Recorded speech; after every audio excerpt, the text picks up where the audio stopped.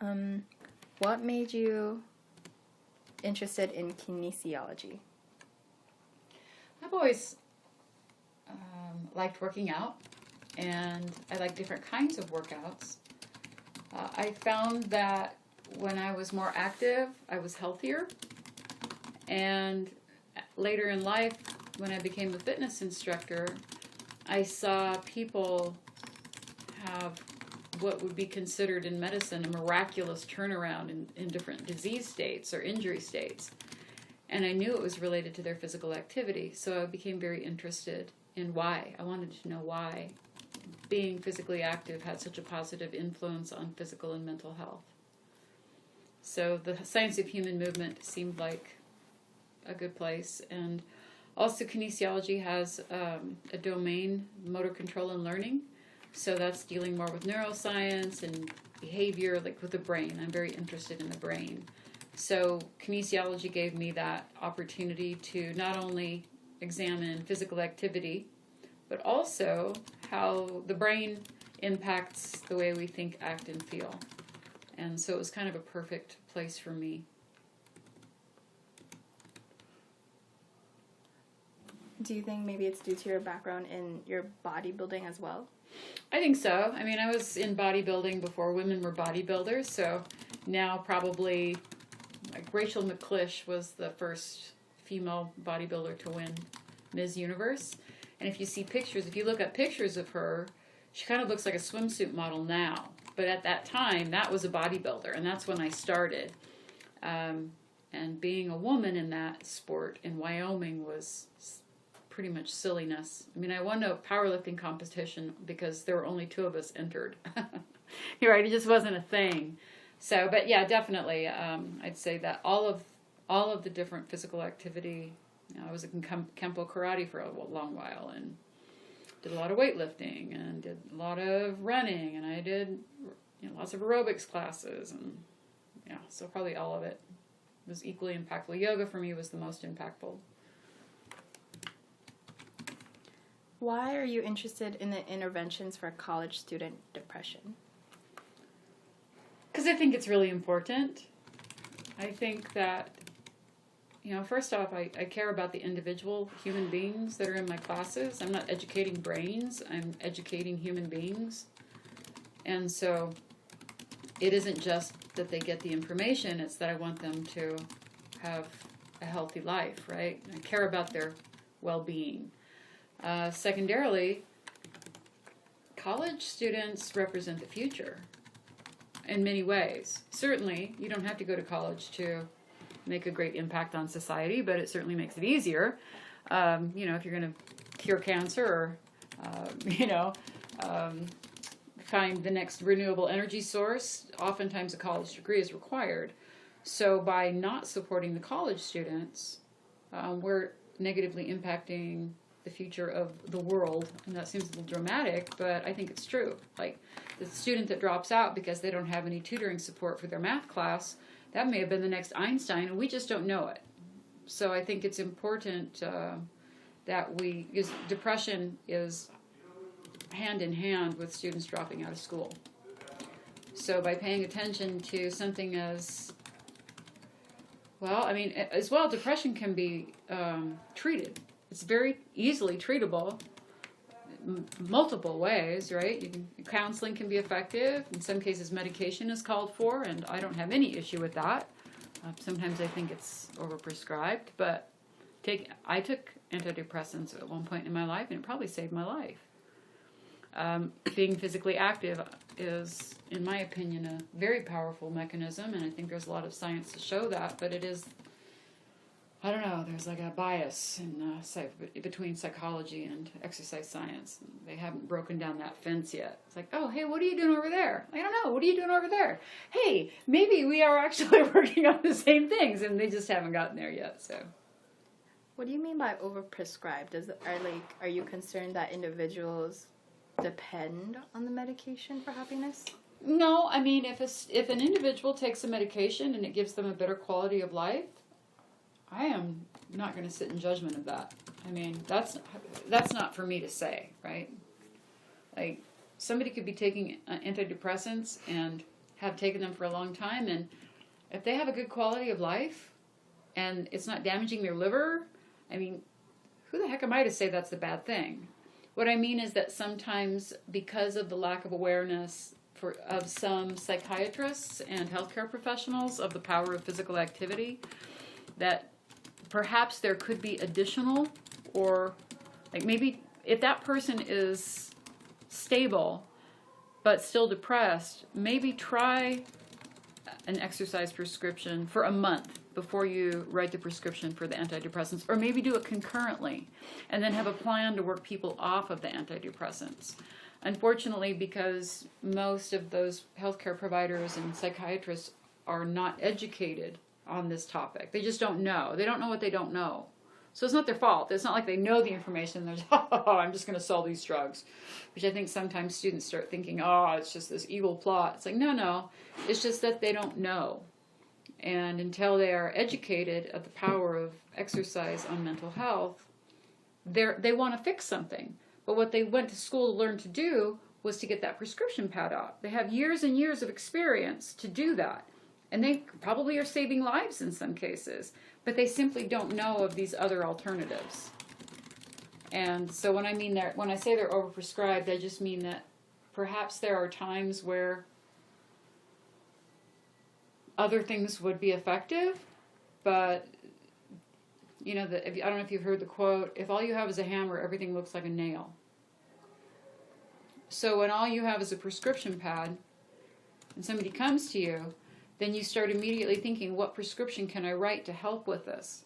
And it's because you're trying to do a good job, but you don't realize, oh wait, there's not just a prescription pad, there's an iPad, and there's a cell phone, and there's there's other tools. But if all you know is this one tool, you start to believe this is the only tool, it's the best tool, and you don't know what you don't know. Is that like an upstream approach, would you say? I would say so. That's in my opinion. That's what I take from the upstream, which is why I like to introduce it to y'all. What results have you found through your research on depression or mental health in general in relation to exercise? Well, my study on 750 college students indicated that there was a distinct and significant relationship between estimated cardiorespiratory fitness and depression. So students who were more active had reported less depression. Students who were less active reported more depression. I analyzed it in several different ways, but it was very clear that those with physical activity had less depression. It didn't completely eliminate it. You can't say it's a cure. It was just statistically significant relationship. I don't believe that exercise is going to cure depression for all people. There definitely are very active people who still suffer from depression. But there is it's a component.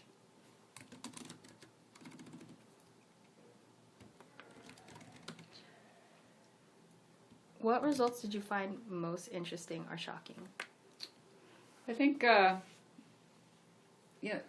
it was a tough topic for a lot of reasons. First, it's like, how do you quantify that? Like, how can you tell how many students are depressed and how many students aren't depressed? So I spent a lot of time kind of trying to figure out how they evaluate it. Like, you get this report and it says 68% are depressed, and then you get this other report that says 14% are depressed, and it's kind of all over the road. So I was unsure as to how many of the participants in my study would report diagnosable depression levels. And I was saddened and surprised to find that basically 1/3 of the students had moderate to severe depression, which in the clinic would then move to the next step of a clinical diagnosis of major depressive disorder. Now, some of those students may not be, but that's like that first criteria. Like, so the PHQ-9 was the instrument I used, and that is a valid instrument for psychiatrists and psychologists. And then the next step would be to actually do an interview to determine whether that person has clinical depression. But 1/3 of the students surveyed had that initial report of moderate to severe depression, and another 20, about another 30% had mild depression. So there were only 40% of students who reported no depression or very mild symptoms. So I was concerned that 6 out of every 10 of my college students have some level of depression. I thought that was kind of a lot. The second thing that was surprising to me was that I did odds ratio analysis. The individuals in the highest level of fitness did not appear to have any more protection against depression than those with an average level of fitness or an age-appropriate level of fitness. So it kind of supports some of the information I teach in class that moderate activity may be best for the reduction of depression and anxiety.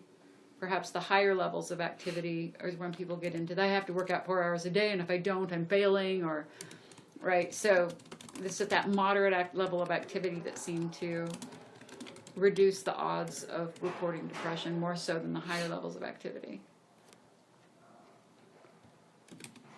What is the goal of your research? I really just wanted to inform. Oh, so I had three distinct projects within this, and so I had multiple. So for the first one, I really wanted to establish this relationship, or see if there was a relationship between reported depression and estimated fitness, cardiorespiratory fitness. I am now taking that information forward to higher up administration. Let's see. To advocate for increased promotions to students, to inform them, hey, go to the SRWC, it's going to help with test anxiety. But as well, I'd like to see a point where all of our students have a gen ed requirement to take a physical activity class once a year. So I have kind of like a long goal here that I think we need to bring PE back to college. I really do, because it's tough for students to fit it into their schedule. I know, and I get it, but if it's a class you have to take, at least that's activity twice a week, and that's enough to bring people up to their basic need, which I think will help to reduce the depression. The second paper was more on gender and sexual orientation identity, and I thought it was important to identify whether individuals in specific sexual gender minorities suffered more depression than those that were heterosexual and considered themselves like male or female. And I did find that females, bisexual and lesbian females, did have significantly more depression than all other groups. The third project, I was interested in finding out if students would be willing to go to counseling on campus, and would they be willing to try exercise as a treatment for depression. And I found that only 30% of the students said they would go to CAPS, but 77% said they would try exercise for depression. And I feel like that's important because we currently aren't advocating for exercise as a treatment for college depression. But now I have evidence that it will help. I have evidence that we have high rates of depression, and I have evidence that students would be more interested in the exercise or meditation as an option compared to counseling. So again, this is just more like, hey, this works and students would like it. How about we turn some of the attention away from just continuing to try to add more and more counselors and put some of those resources into helping to promote and support more physical activity. Why do you think students choose to not exercise? Are their excuses really excuses or valid reasons? Well, I mean, maybe I'm being selfish, but I think they're valid reasons. I've had a really difficult time staying with my workout this semester. It's a real deal when you're working 18, 20 hours a day and you can barely have time to sleep. I think that's very valid. Again, I think there are still ways, like walking a little quicker, parking farther away. As I said about one student, parking in the parking garage across campus. Maybe that's the only exercise you're getting all week, but it's something, right? Maybe studying on the treadmill for 20 minutes. But just making it a point to include it. I think they are valid reasons. I don't. And the reason that all people, in my opinion, and based on what I've learned, is that we are set up to rest when we have time to rest. We are set up to feast when we have the food to feast upon. It's only been within the last, like, half a century that we are sedentary most of the time and we have fast food on, like, every street corner, right? But 100 years ago, like, in order to get your house warm, you had to go chop wood, right? In order to go to the bathroom, often you had to go outside of the outhouse. You had to go hunting. There wasn't a grocery store with all of it. So we had to be much more active. And then when there was time to sleep, you slept, you rested. Now, all you have to do is rest. But genetically, we're sort of designed to be, I've heard some exercise physiologists say humans are lazy. I think we're efficient. And so I think that our biology has not caught up with our lifestyle.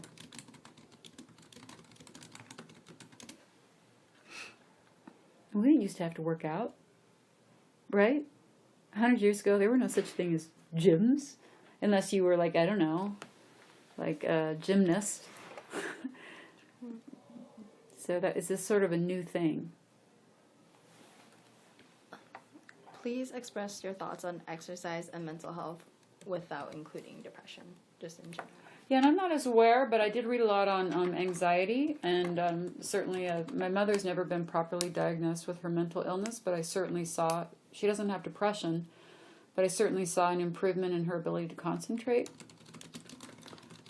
There are some, I know that there are papers that discuss exercise for schizophrenia and bipolar disorder and like other types of, and with some success. I think particularly for anxiety, exercise can be very valuable.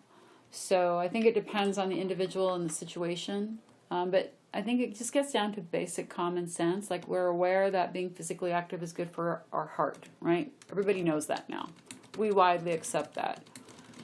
But mental illness or in cognition, mental function, is what the brain does. So the heart pumps blood. The brain's job is cognition and mood. It's just function.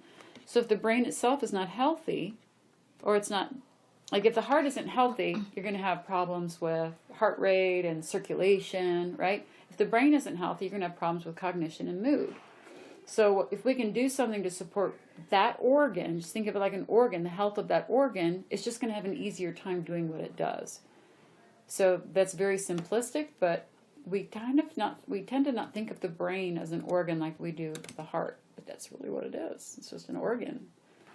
And when we're more active, we're providing more circulation, more oxygen, we're sort of normalizing some of the neurotransmitters, so it just makes sense that the brain's going to have a healthy environment in which it can do its job. What are some interventions you have come up with? Interventions I've come up with? Well, Fitness for Finals, believe it or not, is really my greatest attempt at the university of trying to provide some kind of intervention.